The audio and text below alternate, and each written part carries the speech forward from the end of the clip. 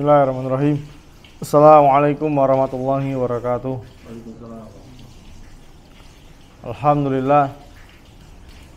Alhamdulillahi hamdan katsiran thayyiban mubarakan fi kama yuhibbu rabbuna wa yarda. Asyhadu an la ilaha illallah wahdahu la syarikalah wa asyhadu anna Muhammadan abduhu wa rasuluhu la nabiyya wa rasulah ba'dah.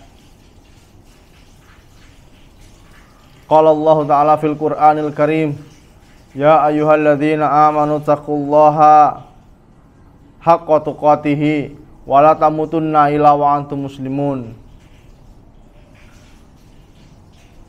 Wa qala ta'ala ya ayyuhan nasu taqu rabbakumul ladzi khalaqakum min nafsin wahidah wa khalaqa minha zawjaha wa batha minhumma rijalan katsiran wa nisaa'a wattaqullaha alladzi tasaaluna bihi wal arham innallaha kana 'alaikum raqiba. Amma ba'du fa inna asdaqal hadithi kitabullah wa khairal hadi Muhammadin sallallahu alaihi wasallam wa syarrul umuri muhdatsatuha fa inna kulla muhdatsatin bid'ah. Ikhwani fid din wa akhwati fillah, azanallahu wa iyyakum. Kita bersyukur kepada Allah Subhanahu wa taala yang telah mempertemukan kita di kesempatan sore hari yang penuh dengan keberkahan ini. Karena kita berjumpa di tempat ini bukan karena kebetulan, tapi semua sudah Allah Subhanahu wa taala takdirkan 50.000 tahun yang lalu. Dan mungkin ini menjadi sebab hidayah, karena kita termasuk orang-orang yang Allah Subhanahu wa taala pilih, yang Allah berikan kemudahan untuk mempelajari agama Islam. Karena banyak kaum muslimin karena kesibukan duniawinya tidak sempat mempelajari agama Islam. Dia pikir mempelajari agama Islam itu cukup sampai jenjang sekolah saja. Selesai sekolah udah nggak belajar agama lagi. Padahal kata Ibnu Taimiyah rahimallahu taala, seandainya kita curahkan seluruh umur kita untuk mempelajari agama Islam, maka tidak akan sampai setengahnya. Bahkan seperti kuku yang dimasukkan ke dalam air laut, kemudian kita angkat, yang menetes itulah yang kita dapatkan. Jadi ilmu agama itu sangat luas. Dan kita membutuhkan ilmu. Kita membutuhkan ilmu itu melebihi butuhnya ikan terhadap air. Butuhnya manusia melebihi butuhnya manusia terhadap makan dan minum. Manusia makan dan minum itu sehari berapa kali? 3 kali. Ada yang 2 kali cukup. Tapi setiap waktu kita butuh ilmu dan hidayah dari Allah Subhanahu wa taala. Dalam agama Islam semua sudah diajarkan. Dari masuk kamar mandi sampai membagi harta warisan itu sudah diajarkan dalam agama Islam. Cara menyembeli, cara masuk masjid, ini semua sudah diajarkan. Tergantung kita mau belajar apa enggak.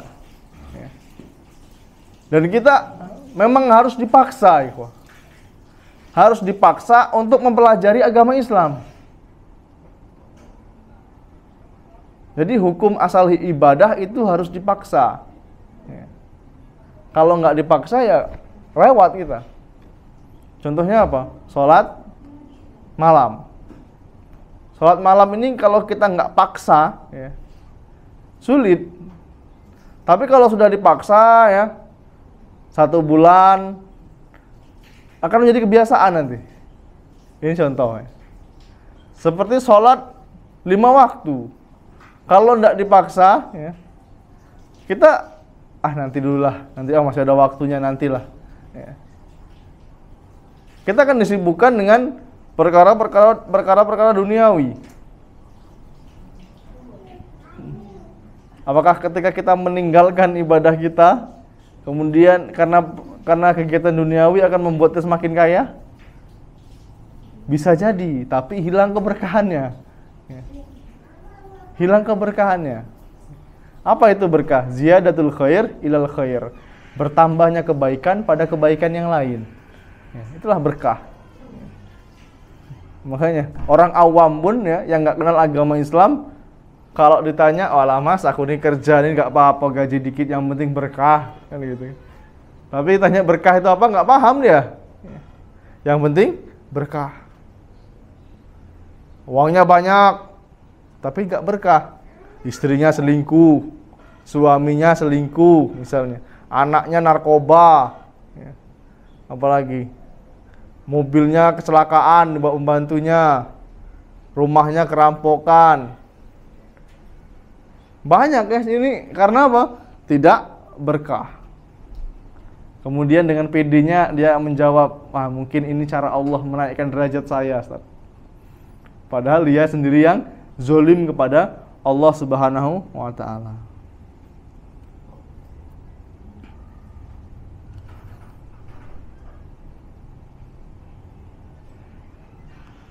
Dan alhamdulillah atas kemudahan dari Allah Subhanahu wa ta'ala ya, kita bisa melanjutkan pembahasan kita, lanjutan dari kemarin apa? Sakaratul maut. Sakaratul maut itu sakit, Pak ya. Mungkin teman-teman yang kerja di rumah sakit ya, atau teman-teman yang di IGD pernah lihat ya orang yang sakaratul maut ya, atau pernah menemani keluarganya sakaratul maut, itu sakit. Dan sakaratul maut itu apa? Goib. Sakaratul maut itu goib, nggak bisa dilihat pakai kasat mata. Terlihat nggak sakit, padahal sakit. Itulah sakaratul maut.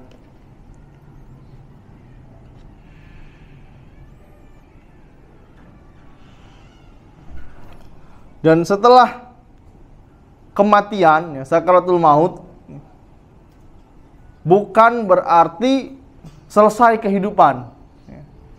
Bukan berarti kehidupannya selesai, udah. Alhamdulillah orang tua saya udah tenang di surga. Siapa yang menjamin? Ya? Siapa yang menjamin orang tua kita di surga? Tapi kita tetap harus mendoakan kedua orang tua kita. Ini contoh ya. Jadi nggak ada yang memvonis, nggak boleh memvonis. Oh, keluarga saya udah di surga, nggak boleh. Insya Allah mereka masuk surga. Ini baru meninggal ya, nggak pernah sholat, nggak pernah bayar zakat. Alhamdulillah orang tua saya sudah di surga sekarang. Nah, dengan PD-nya seperti itu. Nah, ini nggak boleh. Padahal ketika nyawa itu dicabut, ya, ruh itu dicabut, itu baru babak awal. Sakit ya, sakaratul maut sakit yang pertama. Masih ada sakit-sakit yang lain nanti. Tergantung amal perbuatannya selama di dunia. Ya sekarang akhirat itu cuma cerita. Sekarang akhirat ini cuma cerita. Tapi nanti dunia yang tinggal cerita. Wah, seandainya dulu masih hidup saya sholat 5 waktu. Seandainya dulu ketika di dunia saya bayar zakat. Seandainya dulu di dunia saya rajin bersedekah. Ketika nyawa ini sudah terputus ya, maka terputus juga semua amalan. Kecuali berapa? 3. Yang pertama ilmu yang bermanfaat, sedekah jariyah, dan anak solih yang mendoakan. Ini yang tidak terputus. Ilmu yang bermanfaat ilmu agama, ya. Kita mengajarkan cara wudhu, mengajarkan cara sholat.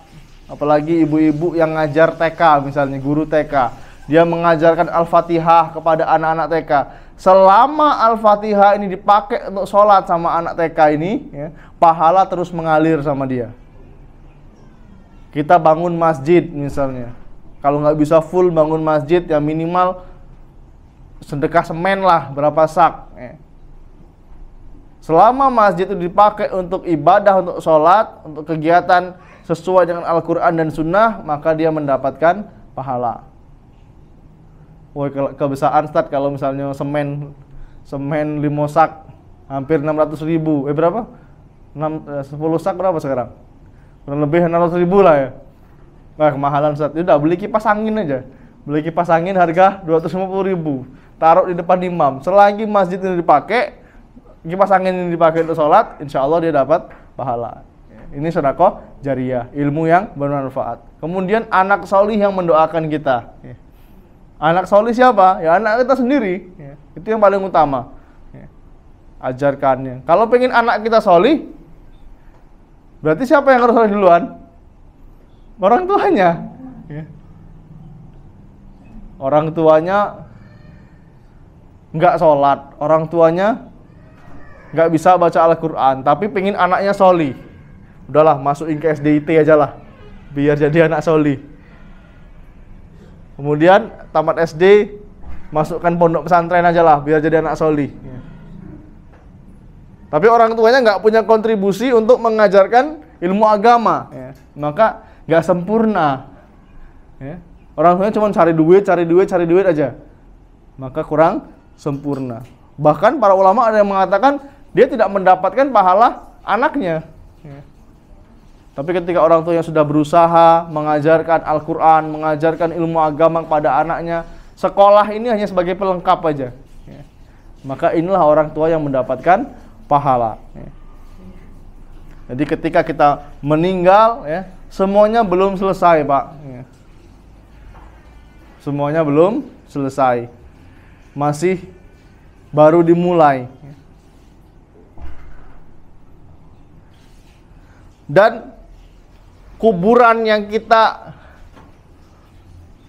tempati nanti, kubur yang kita tempati nanti, itu semua akan menyempit, Pak. Kuburan itu akan menyempit.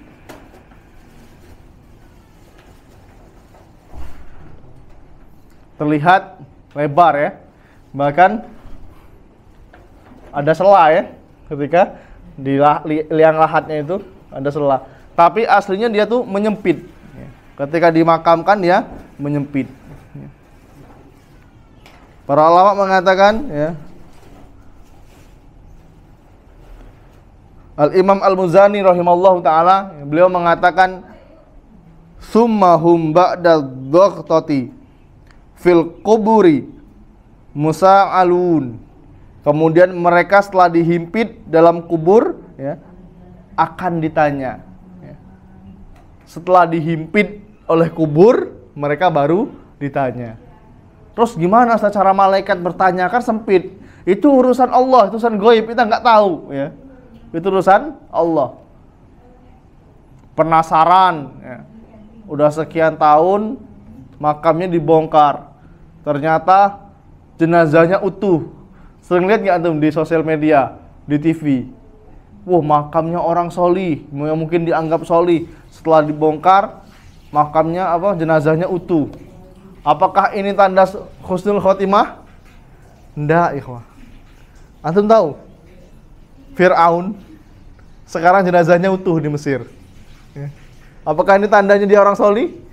Dia husnul khotimah? Enggak. Wallahu alam. Tapi ini bukan pertanda yang baik. Mentang-mentang jenazahnya utuh, berarti wah ini husnul khotimah, ya. Sedangkan Fir'aun aja nggak pernah ibadah pada Allah Subhanahu Wa Taala, jenazahnya masih utuh.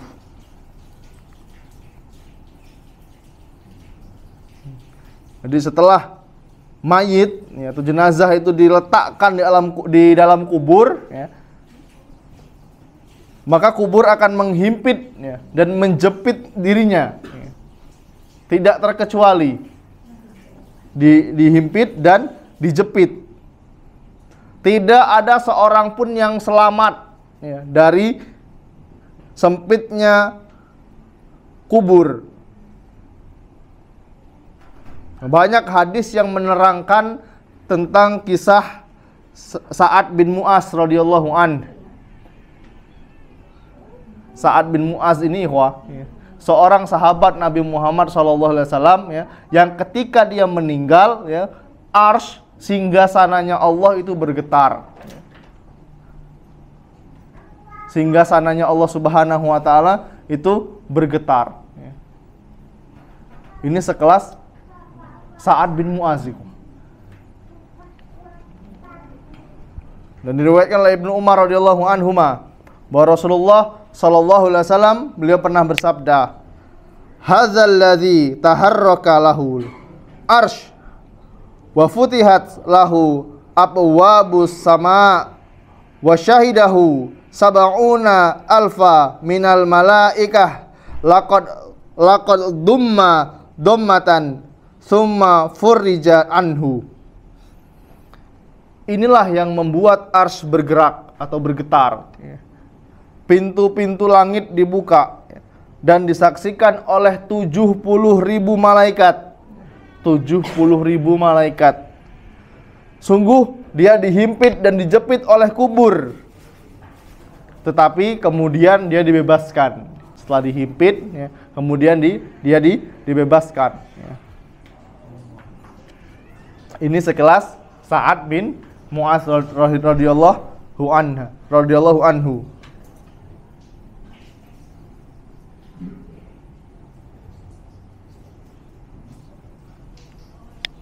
Kemudian dari Musnad Imam Ahmad rahimallahu taala, hadis dari Nabi Muhammad sallallahu alaihi wasallam, "Innalil qabri dakhtatan walau kana ahadun najian minha naja minha Sya'd bin Mu'adz." Sesungguhnya kubur itu mengalami penyempitan. Kubur itu mempunyai penyempitan. Jika ada seorang yang selamat darinya, niscaya yang selamat darinya itu Mu'adz, Sa'ad bin Mu'adz. Jadi nggak ada yang selamat ya, kawan. Kalaupun ada yang selamat, ya, ini Sa'ad bin Mu'adz tadi. Subhanallah. Emang terkadang kita perlu, ya. Terkadang kalau kita sudah sudah ambisi kita kepada dunia ini sudah mencapai puncaknya. Bisnis apa lagi nih? Bisnis, ya. Gimana caranya mendatangkan income, pemasukan, ya. Pengen bangun rumah yang model seperti ini, pengen model seperti ini, coba antum main ke kuburan. Sekali-kali main ke kuburan. Buat apa? Nanti kita juga bakal dikubur. Harta yang itu tinggal jadi rebutan. Saya kerja siang malam Ustaz untuk keluarga, ya. Tapi ketika anaknya butuh sosok seorang ayah, dia nggak ada waktu. Setelah mati, meninggalkan banyak warisan, istrinya nikah lagi. Anaknya nggak tahu kemana, pendidikannya nggak jelas. Oke, sekolahnya bagus, tapi karakternya nggak tahu. Kita punya banyak ya, wah. Kita banyak kenalan atau teman ya, yang orang tuanya pejabat, orang tuanya pengusaha sukses. Ya. Kami berbagi cerita bahwasanya di masa kecilnya nggak bahagia. Ya mungkin dia bahagia secara materi ya, duitnya banyak ya. Dulu zaman PS itu, PlayStation itu punya semua modelnya kayak mana ya. Orang lain belum punya, saya udah punya Ustaz. Tapi ya kita nggak punya sosok ayah gitu loh. Karena bapaknya sibuk dengan pekerjaan. Bapaknya udah mati, udah selesai. Hartanya dibagi-bagi. Apakah Islam melarang kita untuk bekerja? Enggak. Monggo yang mau kerja silahkan bekerja. Ya. Tapi jangan lupakan hak-hak keluarga, ya. Hak-haknya Allah Subhanahu wa Ta'ala.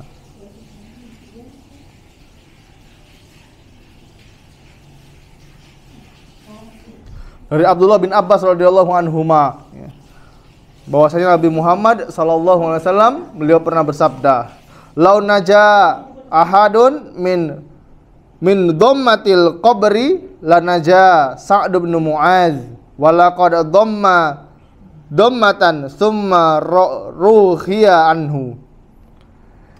Jika ada seorang yang selamat dari penyempitan kubur, niscaya Sa'ad bin Mu'adz akan selamat, ya. Akan tetapi sungguh kuburnya telah disempitkan, ya, dengan sangat sempit, kemudian dilapangkan, ya. Berarti Mu'adz pun pernah mengalami penyempitan kubur, kemudian dibebaskan lagi.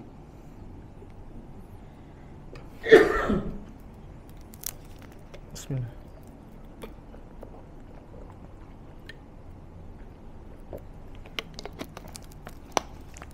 Setelah kubur itu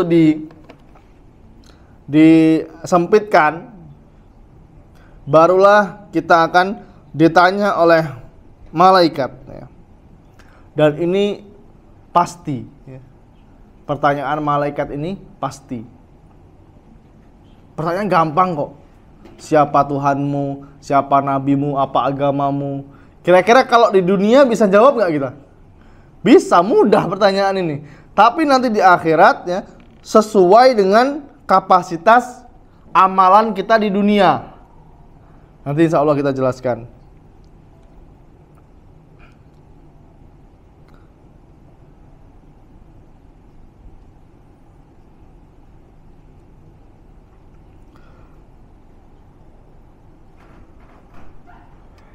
Dalam Sahih Bukhari dijelaskan, ya, fil qabri idza qila lahu man rabbuk wa madinuk wa manabiyuk.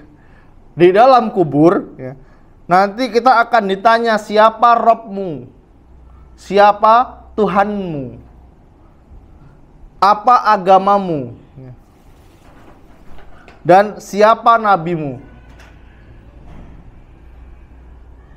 Ini jelas, ya, dan kita sebagai seorang muslim, ya, berulang-ulang kita sampaikan, ya. Sebagai seorang muslim kita harus mengimani, ya. Ini sering terlupakan, ya. Sering terlupakan, ya. Bahwasanya nanti di alam kubur kita akan ditanya, ya. Jangan ikut-ikutan orang non-muslim, ya. Kenapa ikut-ikutan orang non-muslim? Ya, mereka ketika ada keluarganya meninggal bikin status rest in peace, istirahat dengan damai. Gimana mau damai di alam kubur itu sedang ditanya oleh malaikat, siapa Tuhanmu? Kemudian dijelaskan lagi oleh Nabi Muhammad SAW, apabila mayit, ya, atau salah seorang dari kalian sudah dikuburkan, ya, dia akan didatangi oleh dua malaikat yang hitam dan biru. Hitam dan biru, saking hitamnya jadi biru. Salah satunya Mungkar dan yang lainnya adalah Nakir. Keduanya berkata, apa pendapatmu tentang orang ini? Yang dimaksud adalah Muhammad SAW. Maka dia akan menjawab sebagaimana ketika dia di dunia. Dia tahu Abdullah dan Rasulnya. Dia ini hamba Allah dan Rasulnya. Aku bersaksi tidak ada sesembahan yang berhak disembah kecuali Allah. Dan aku bersaksi bahwa Muhammad adalah utusan Allah. Kemudian dua malaikat ini berkata, kami telah mengetahui bahwa kamu dahulu telah mengatakan itu. Kemudian kuburannya diperluas 70 kali 70 hasta. 70 kali 70 hasta. Satu hasta itu berapa? Segini. Dari sini sampai sini ini satu orang dewasa, ini satu hasta. Kalau 70 berarti ini kira-kira berapa? Setengah meter ada nggak ini? Nggak sampai, ya. 70 hasta. Kali 70 hasta. Luas. Dan diberi penerangan, kata Rasulullah SAW. Dan dikatakan kepada si mayit, tidurlah. Tidur. Dan dia menjawab, aku mau pulang ke rumah untuk memberitahu keluargaku. Dia pengen pulang ruhnya. Kemudian keduanya berkata, tidurlah sebagaimana tidurnya pengantin baru, nyaman. Tidak ada yang dapat membangunkannya kecuali orang yang paling dicintainya, sampai Allah Subhanahu wa taala membangkitkannya dari tempat tidur tersebut. Kalau orang beriman ya, tempat tidurnya ya atau permadaninya itu dari surga. Dia suruh tidur sampai kapan? Sampai hari kiamat ya. Dan dia dalam riwayat lain ya, dia minta sama Allah supaya dipercepat. Dia minta sama Allah supaya dipercepat hari kiamat. Udah nggak sabar dia pengen masuk surga. Dia udah nggak sabar pengen masuk surga. Dan kita harus mengimani hal yang seperti ini kok. Harus beriman, kita harus yakin bahwasanya ada kehidupan setelah kematian kita di dunia. Karena perjalanan kita ini masih panjang. Kita belum lagi di alam barzakh. Kita belum lagi di hari pembalasan, hari perhitungan, yaumul hisab. Akan ditanya semua perbuatan kita, dan itu tidak sebentar. Itu tidak sebentar. Kita akan antri nanti. Kemudian ditampakkan catatan amal kita, dibentangkan seluas teman-teman memandang semua perbuatan kita di dunia. Karena apa? Segagah-gagahnya kita hidup di dunia, pasti kita akan mengalami kematian. Ada atlet binaraga yang selalu menjaga kesehatannya, tahu-tahu mati kejepit besi, mati kecelakaan. Ini banyak terjadi kok. Karena Allah Subhanahu wa taala sendiri yang telah mengabarkan kepada kita dalam surat Ali Imran ayat 185. Kata Allah Subhanahu wa taala, kullu nafsin dha'iqatul maut wa innama tuwaffawna ujurakum yaumal qiyamah faman zuhziya 'anil nar wa udkhilal jannata faqad faz wa mal hayatad dunya illa mataul khurur. Setiap yang berjiwa, setiap yang bernyawa pasti akan merasakan kematian. Setiap yang bernyawa pasti akan mengalami kematian.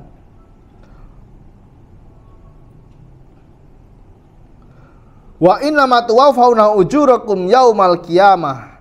Dan sesungguhnya pada hari kiamat sajalah disempurnakan pahalamu. Faman zuhziha 'anin nar wa udkhilal jannata faqad faz. Dan barang siapa yang dijauhkan dari neraka dan dimasukkan ke dalam surga, faqad faz, maka sungguh dia telah beruntung.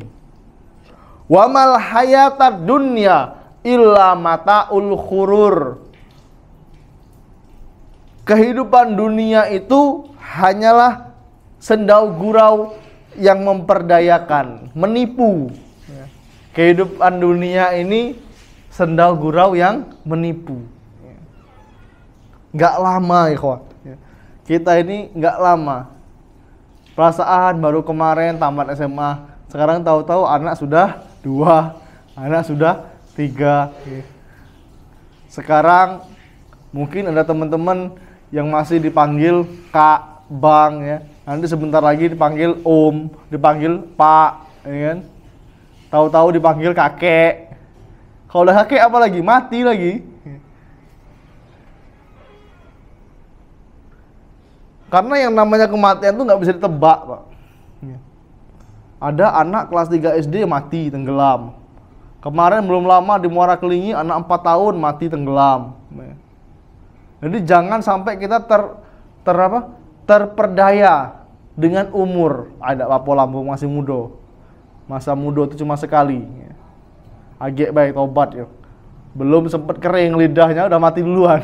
Ya. Lagi maksiat, agak bela tobatnya besok. Mati duluan ya. Gak sempat lagi bertobat.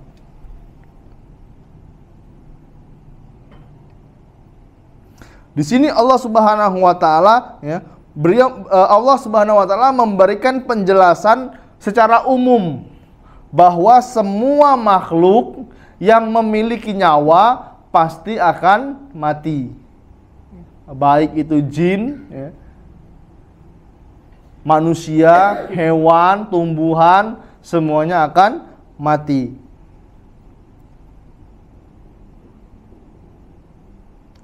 Bahkan malaikat pun bisa mati. Yang tidak mati siapa? Allah Subhanahu wa ta'ala.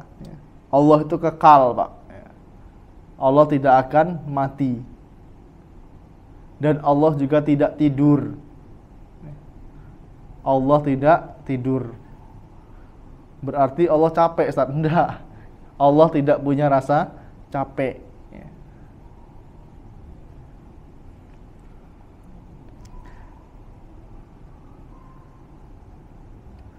Kemarin sudah kita bahas tentang sakaratul maut ya, bahwasanya yang namanya kematian itu sesuatu yang sangat menakutkan, yang selalu dihindari, yang kita selalu lari, berusaha untuk menghindar. Dan ini sesuatu yang menakutkan, jadi manusiawi ya, takut sama mati. Tapi kematian itu pasti akan menghampiri kita.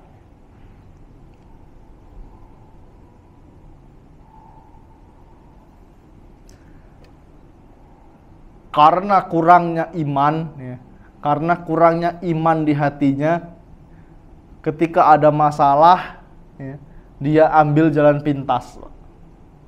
Apa jalan pintasnya? Bundir, bunuh diri. Waliyazubillah. Dia merasa, wah ujiannya terlalu berat ya. Suami saya nggak kerja, sudah nggak kerja, selingkuh lagi. Wah, dia merasa berat ujian hidupnya ya. Akhirnya bunuh diri. Padahal Allah Subhanahu wa ta'ala sendiri yang mengatakan, la yukallifullahu nafsan illa wus'aha. Tidaklah Allah itu memberikan ujian, memberikan cobaan melebihi batas kemampuan hambanya. Kalau kita, ya kita semua punya masalah, Pak. Kita semua pasti punya problem, ya, punya masalah. Kalau kita merasa masalah kita besar, berat, ya, itu tandanya Allah tahu. Allah tahu kita ini masih mampu untuk melewatinya. Allah tahu kita mampu. Kalau masalah kita sebesar kapal, ya, solusi yang Allah berikan itu seluas lautan. Pasti itu. Rahmat dan kasih sayangnya Allah itu seluas lautan. Karena setelah kematian, ya, ada alam kubur yang sangat menakutkan, Mbak. Alam kubur yang sangat menakutkan.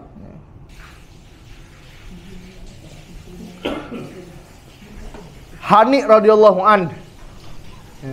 Beliau ini mantan budak Utsman bin Affan radhiyallahu anhu. Beliau bercerita tentang Utsman bin Affan radhiyallahu an, bahwasanya kebiasaan Utsman radhiyallahu anhu jika berhenti di sebuah pemakaman, berhenti di sebuah kuburan, beliau ini menangis sampai jenggotnya basah. Kemudian beliau radhiyallahu anhu ditanya, disebutkan surga dan neraka, tapi engkau enggak menangis. Tapi ketika engkau menangis dengan sebab melihat kuburan. Kenapa demikian maksudnya? Kenapa kamu kalau ada hadis tentang surga neraka, ya, kematian kamu nggak nangis? Tapi ketika melihat kuburan kamu nangis. Kata beliau radhiyallahu an, sesungguhnya Rasulullah SAW beliau pernah bersabda, kubur. Ini Utsman menjawab ya, Utsman menjawab bahwasanya Rasulullah SAW bersabda, kubur adalah persinggahan yang pertama. Kubur itu persinggahan yang pertama dari persinggahan-persinggahan akhirat. Bila seorang selamat dari keburukannya, maka setelahnya lebih mudah darinya. Kalau dia selamat dari kuburan, maka setelahnya akan mudah. Maka sebaliknya, bila dia tidak selamat di kuburan, tidak selamat dari keburukannya, maka setelah itu lebih sulit melewatinya. Dan itu lebih berat. Ini perkataan Utsman ketika mendengar Nabi Muhammad Sallallahu Alaihi Wasallam. Ketika seseorang lulus dengan pertanyaan, siapa Tuhanmu, siapa nabimu, apa agamamu, maka setelah itu dia akan mudah melewati ujian-ujian yang lain.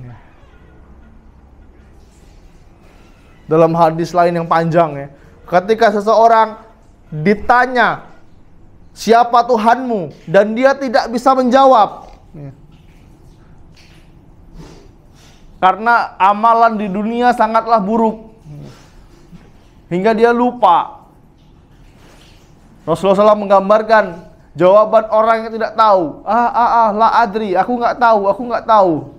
Kemudian malaikat memukulnya dengan keras, dengan pukulan alat pukul yang tajam, yang dikelilingi oleh benda yang tajam. Ketika dipukulkan kepada ruh, seandainya dipukulkan kepada gunung, maka gunung ini akan hancur menjadi debu. Dan ketika dipukulkan kepada ruh tersebut, teriakannya didengar oleh semua makhluk. Teriakan orang ini, ruh ini didengar oleh semua makhluk kecuali jin dan manusia. Dan kita harus mengimani ya Pak. Kita harus beriman dengannya.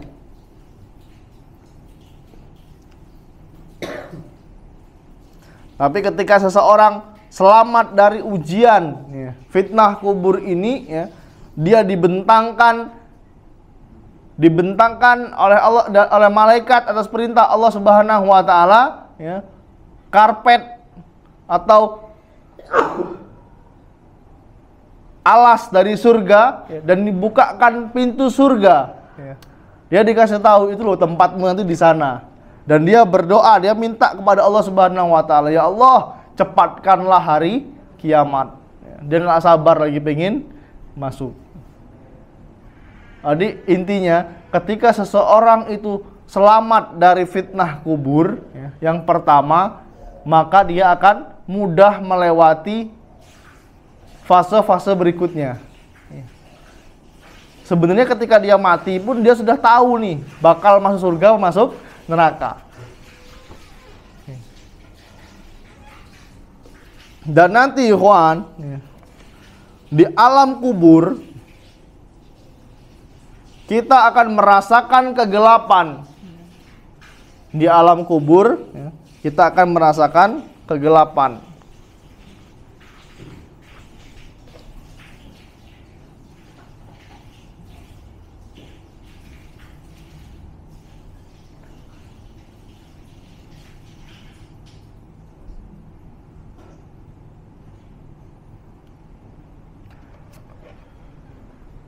Udah gelap, gelap, sempit, nanti ada fitnah kubur lagi. Apa itu fitnah kubur? Ya, yang tadi yang ditanya man rabbuk, siapa Tuhanmu, itu namanya fitnah kubur. Bukan, wah kamu ini fitnah saya, bukan. Fitnah itu artinya ujian, ujian, dan semua pasti akan mengalami. Ketika ditanya siapa Tuhan, siapa Robmu. Dan si mayit akan menjawab, Robku adalah Allah. Kemudian malaikat juga akan bertanya, apa agamamu? Agamaku adalah al-Islam. Kemudian malaikat bertanya lagi, siapa laki-laki yang diutus kepada kamu? Kemudian roh ini akan menjawab, beliau adalah utusan Allah. Yang dimaksud siapa? Nabi Muhammad SAW. Jadi ini termasuk fitnah kubur. Tapi ada 70.000 dari umat Nabi Muhammad SAW yang mati langsung masuk surga. Termasuk diantaranya siapa? Orang yang mati syahid. Orang yang mati syahid ini nggak dapat fitnah kubur, ya. Langsung masuk surga. Dan saat ini, ya, mereka itu tidak mati, kuah. Orang yang mati syahid itu sejatinya tidak mati. Dikiranya mati, tapi tidak mati. Apa surat? Lupa saya. Surat Al-Baqarah ayat berapa ya? 152 kalau nggak salah. Bang Sul megang mushaf nggak?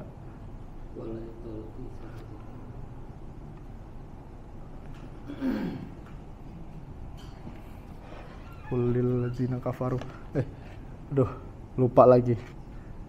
Yang membahas tentang orang mati syahid itu tidak mati. Mereka itu sesungguhnya masih hidup.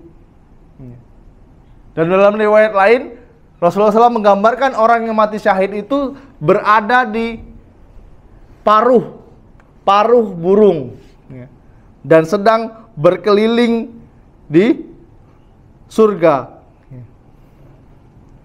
Masih penasaran saya.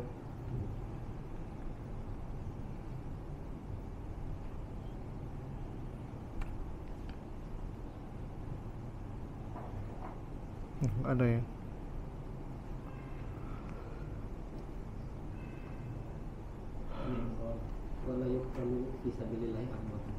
Ya. Gimana tuh? Al-Baqarah 154 ya. Wala taqulu liman yuqtalu fi sabilillahi amwat bal ahya walakin la tashurun. Bahwasanya orang-orang yang mati di jalan Allah itu tidaklah mati, sedangkan kamu tidak mengetahui. Dalam riwayat lain, Nabi Muhammad SAW menggambarkan orang yang mati syahid itu sedang berada di paruh burung dan sedang berkeliling melihat surga. Masya Allah ya. Sambil nunggu hari kiamat.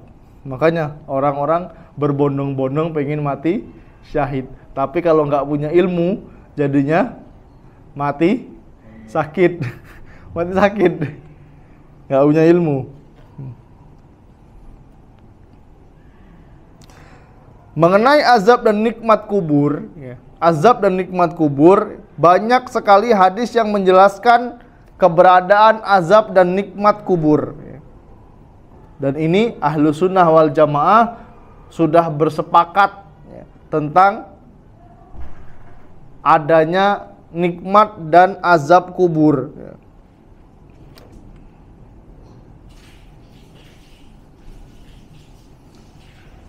Tapi hal ini tidak bisa difikir dengan akal, ikhwah. Hal-hal seperti ini tidak bisa difikirkan dengan akal kita. Apalagi kalangan ini, kalangan apa yang nggak percaya Tuhan itu? Ateis ya, orang-orang ateis. Bingung sendiri dia. Orang ateis ini aslinya orang-orang yang bingung. Dia mengikuti pendapatnya filosof atau orang-orang filsafat itu. Anda pernah ngobrol sama orang jurusan filsafat, bingung sendiri. Kenapa bingung? Sesuatu itu ada karena tidak ada. Dan sesuatu itu tidak ada ya karena ada. Maksudnya gimana bang? Ya maksudnya ini, sesuatu itu ada ya karena tidak ada. Ya. Ini gimana? Ya. Nggak akal saya nggak sampai ke sana gitu. Tapi ketika tentang membahas tentang azab kubur, ya, dia nggak percaya. Ya. Dikiranya kita semua ini ya, bumi ini tercipta ya karena kebetulan aja. Ya. Kita ini tercipta ya karena sendirinya. Ya. Ujung-ujungnya apa? Bikin teori manusia itu dari monyet. Ya. Resolusi ya. Evolusi. Dari kera jadi manusia. Subhanallah. Padahal jelas dalam Al-Quran manusia yang pertama siapa? Nabi Adam alaihissalam.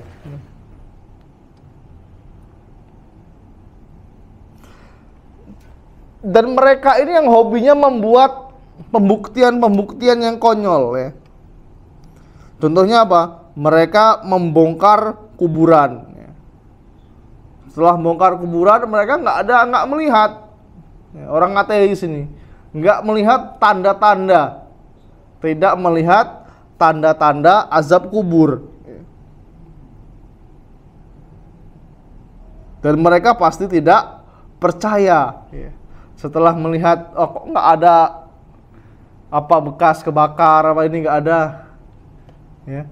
Dan akhirnya mereka tidak percaya. Tetapi orang-orang yang beriman kepada Allah Subhanahu wa taala, ya, pasti dia akan sami'na wa ata'na. Dia pasti akan dengar dan taat. Dia pasti akan membenarkan berita-berita Allah Subhanahu wa taala.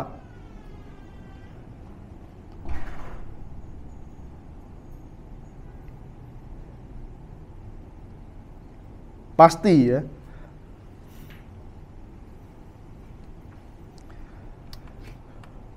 Setelah ada nikmat kubur ya, pasti ada yang namanya siksa kubur atau azab kubur. Dan ini harus diperinci lagi. Peristiwa setelah kematian. Karena orang yang mendapatkan siksa kubur, ini ada dua bagian. Yang pertama mujmal, yang secara global, secara umum, dan secara mufassal atau secara terperinci lagi.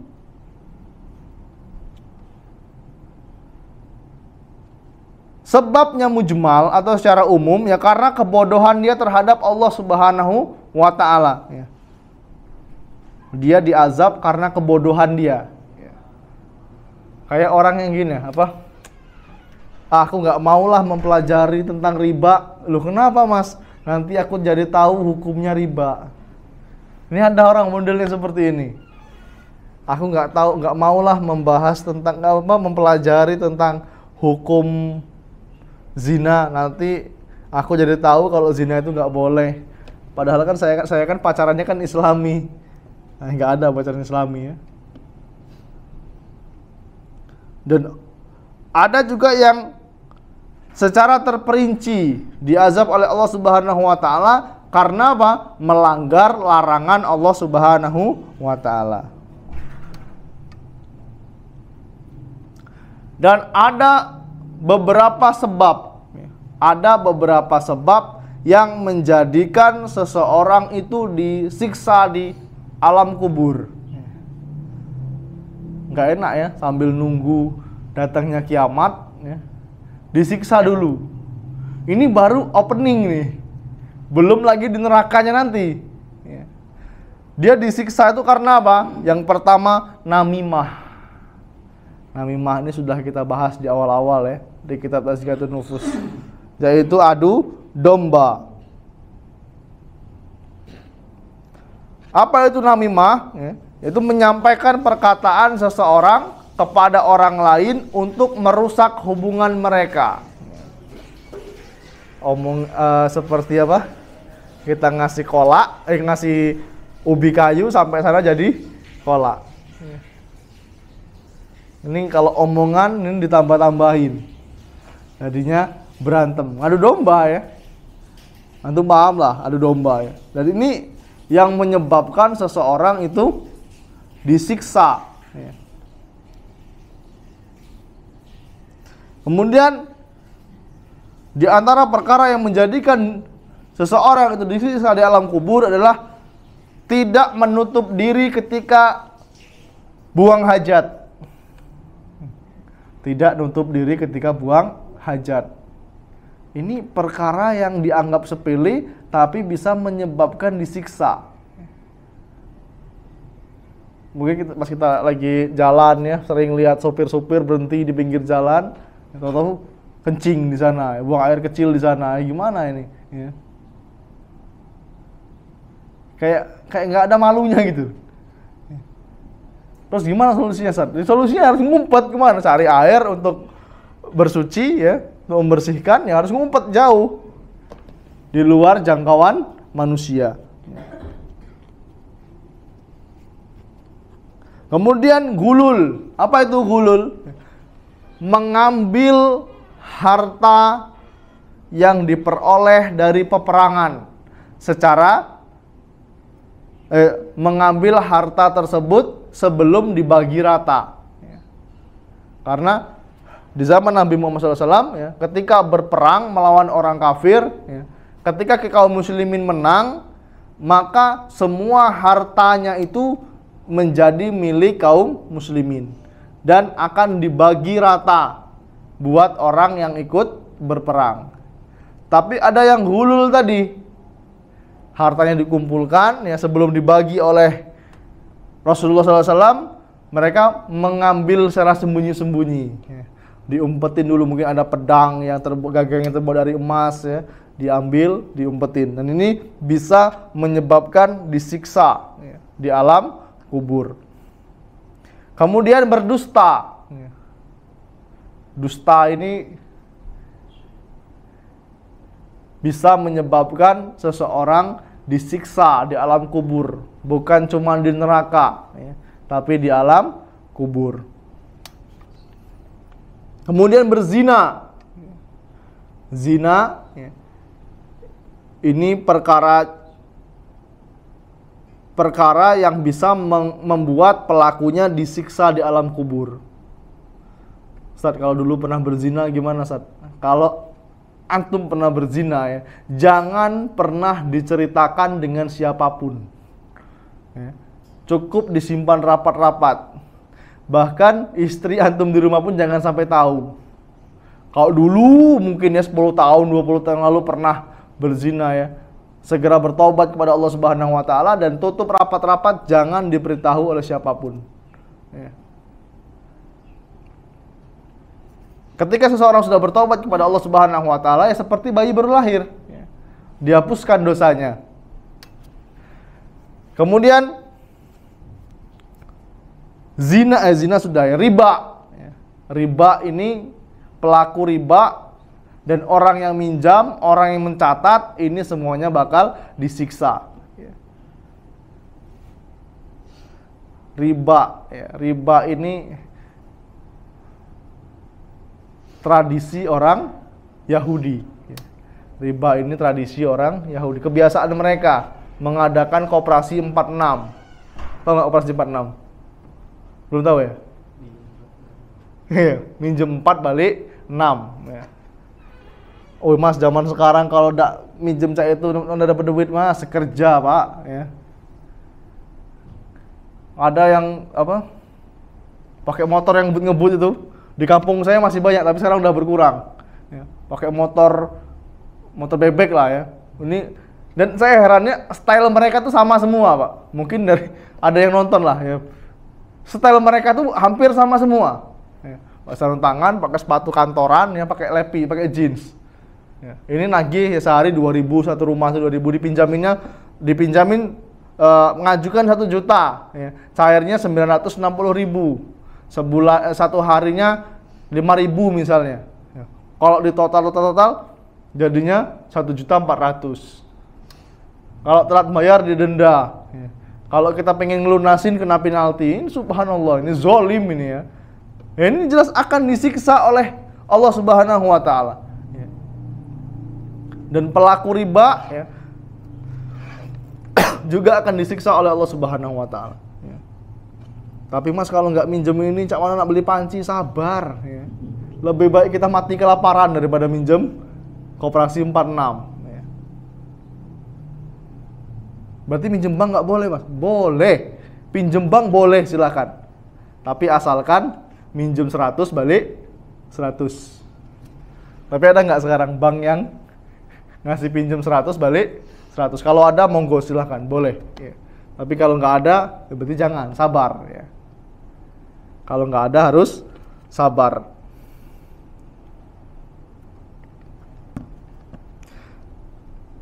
Kemudian yang terakhir, yang menyebabkan seseorang itu disiksa di alam kubur, yaitu mayit yang diratapi atau ditangisi oleh keluarganya.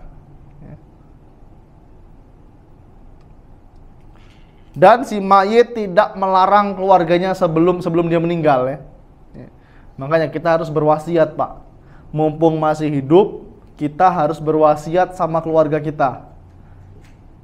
Dek, nanti kalau Mas mati jangan ditangisi.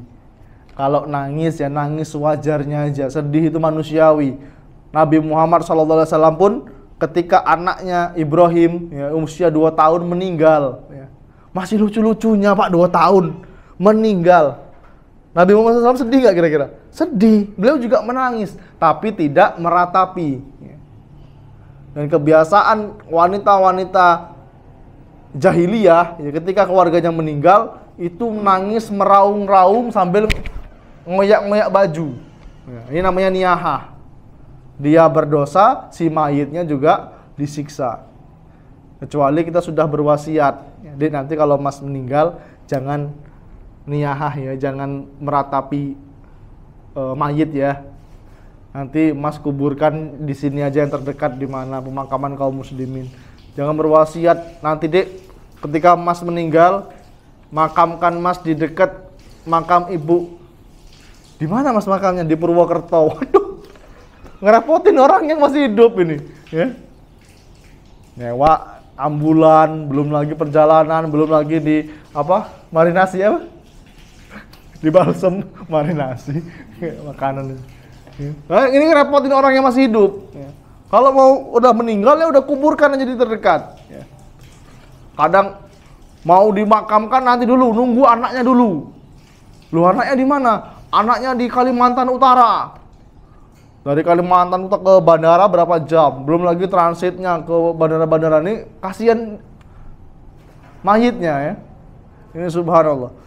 Dan ketika sampai masih ditangisin lagi. Dan ini menjadikan mayit disiksa. Allahu a'lam bishawab. Ya, mungkin hanya itu dapat saya sampaikan. Kurang lebihnya saya mohon maaf. Pada Allah saya senantiasa mohon ampun. Kami akhiri dengan doa kafaratul majelis. Subhanakallahumma wa bihamdika asyhadu alla ilaha illa anta astaghfiruka wa atubu ilaik. Assalamualaikum warahmatullahi wabarakatuh.